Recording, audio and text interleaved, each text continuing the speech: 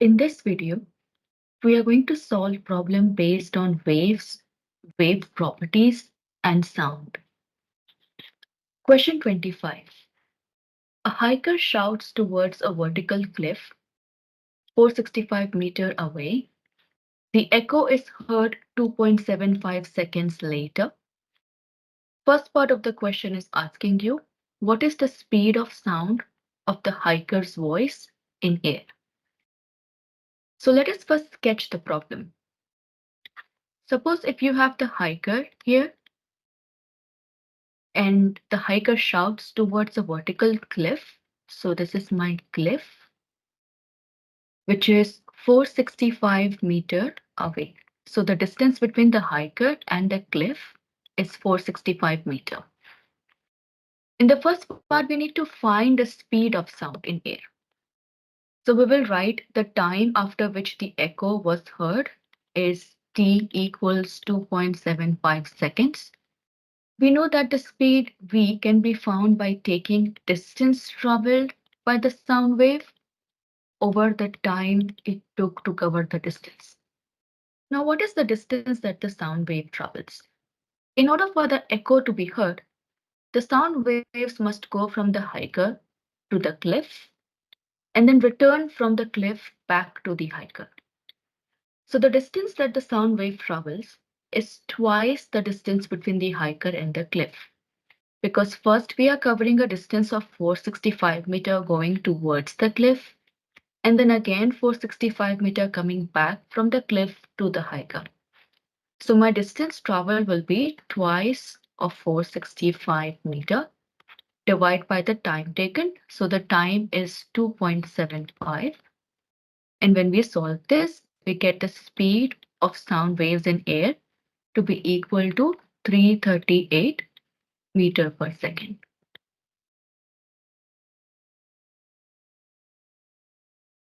In part B, they have given you the wavelength of sound, which is 0.750 meter, and we have to find what is the frequency. So I will write the wavelength lambda equals 0.750 meter. I need to find what is the frequency f. Now wavelength and frequency are related by the expression lambda equals speed v over f. I can rearrange this term to calculate f, or you can just use shift solve at this point to find f. Because we have the value of wavelength lambda, we already calculated the speed v. You can use shift solve to calculate f. But if you wish to rearrange and solve for f, you can write f as v over lambda. I just cross multiply f and lambda.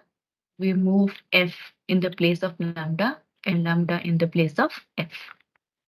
So now substitute, I will get my frequency f to be equal to speed of sound is 338, which we calculated in part A, over lambda, which is 0.750. And when you solve this, you get the frequency as 451 Hertz. Then in part C, they are asking you what is the period of the wave. Now the time period t is given as 1 over the frequency. I already found frequency in part B, and I will use that to calculate the period. So we write t equals 1 over frequency f, it's 451 Hertz. Solve this and you will get the time period as 2.22 times 10 to the power negative 3 seconds. Question 27. You are creating transverse wave on a rope by shaking your hand from side to side without changing the distance your hand moves. You begin to shake it faster and faster. What happens to the amplitude, wavelength, frequency, period, and velocity of the wave? Now the question says you are creating a wave by moving your hand side to side. So I'm moving my hand side to side and creating a wave like this. And without changing the distance your hand move, you're increasing the speed with which you move your hand. So I'm moving it faster and faster. but we are not changing the distance your hand moves. We need to find what happens to the amplitude, wavelength, frequency, period, and velocity. So let's look at the amplitude part. Since I'm not changing the distance my hand moves, the maximum displacement from the mean position, which is the amplitude, remains the same. Because I'm moving my hand from one point to the other, which is the maximum displacement, and I'm not changing that, which is what the question has given, without changing the distance your hand moves. And if I'm not changing the distance my hand moves, the amplitude will remain the same. So you can write for amplitude that it remains the same as you're not changing the distance that your hand moves. Now let's discuss for frequency. Suppose I move my hand slowly.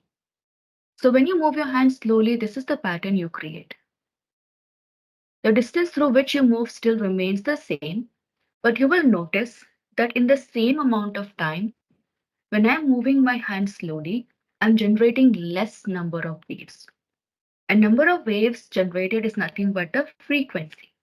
So when you move your hand faster, you're generating much more waves compared to when you move it slowly. So your frequency will increase when you move your hand faster and faster. So we can write for frequency as frequency increases since you're moving your hand faster and faster to create more waves every second. Then we have to look at wavelength. Now wavelength and frequency are inversely proportional.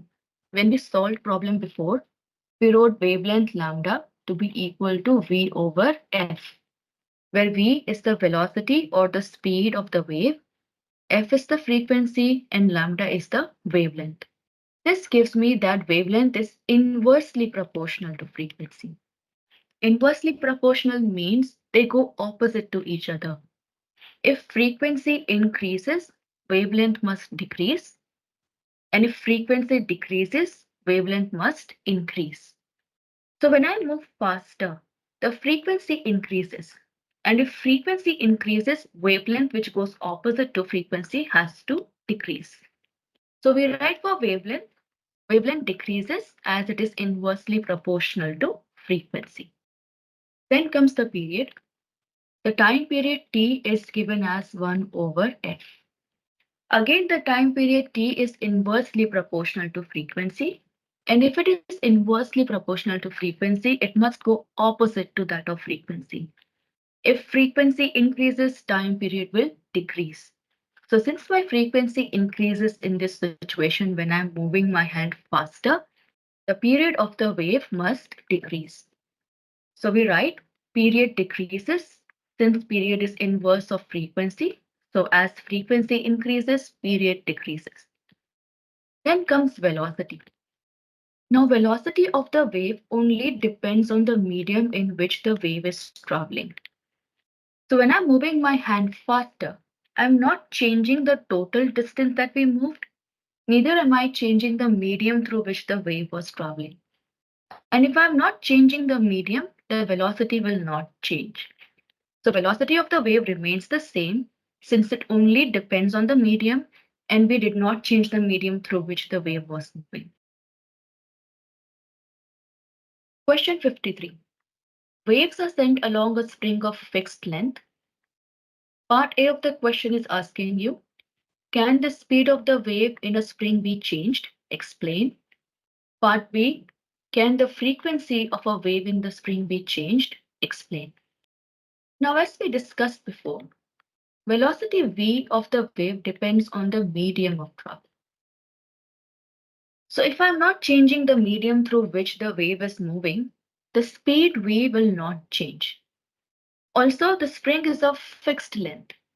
So the distance over which my wave is moving also remains the same, and neither am I changing the medium through which the wave travels. So speed of the wave will not change. And you can explain this as, since the spring is of fixed length, the medium cannot be changed. And since the speed of the wave depends on the medium, the speed cannot change.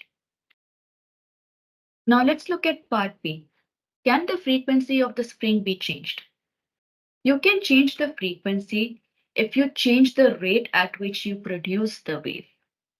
Because frequency is the number of waves produced per second. So if I change the rate at which I generate a wave, we can change the frequency. I can make it either more or less. So the frequency can be changed by producing more or fewer waves every second. Question 60. The speed of sound in water is 1498 meter per second. A sonar signal is sent straight down from a ship at a point just below the water surface. And 1.80 seconds later, the reflected signal is detected. How deep is the water? So let us first write what is given to us. We have the speed of the water, V, which is 1498 meter per second. The sonar signal is detected after a time t equals 1.80 second. We need to find how deep is the water, so we need to find the depth of the water, d. So let's sketch the problem. You have a ship on a water surface, and you send signal from the ship straight down. This signal from the ship is reflected back after a time t equals 1.80 seconds. And we need to find how deep is the water. Now we know that speed v is equal to the total distance traveled over the time. So I can write speed v to be equal to the depth of the water over the time it took to reach the bottom. The signal from the ship first travels down towards the bottom, and then it is reflected back towards the ship. And this time t equals 1.80 seconds is the total time it took for the signal to travel down and come back up. When we are finding the depth, we only need the time it took to reach the bottom. And the time it took to reach the bottom, which we'll call as t prime, is half of the total time. So the time I take here to calculate my depth has to be t prime, which is half of the total time. So I will first calculate that time. T prime will be equal to half of total, which is 1.80 by 2. So T prime will be 0.90 seconds. This is the time it takes for the signal to just reach the bottom. And I will use this time to calculate the depth of the water. If I want to find D, I need to rearrange this term. I will write D equals V times T prime. Just multiply with T on both sides, or you can also use shift solve over here. Now let's substitute. Speed of sound in water is 1498.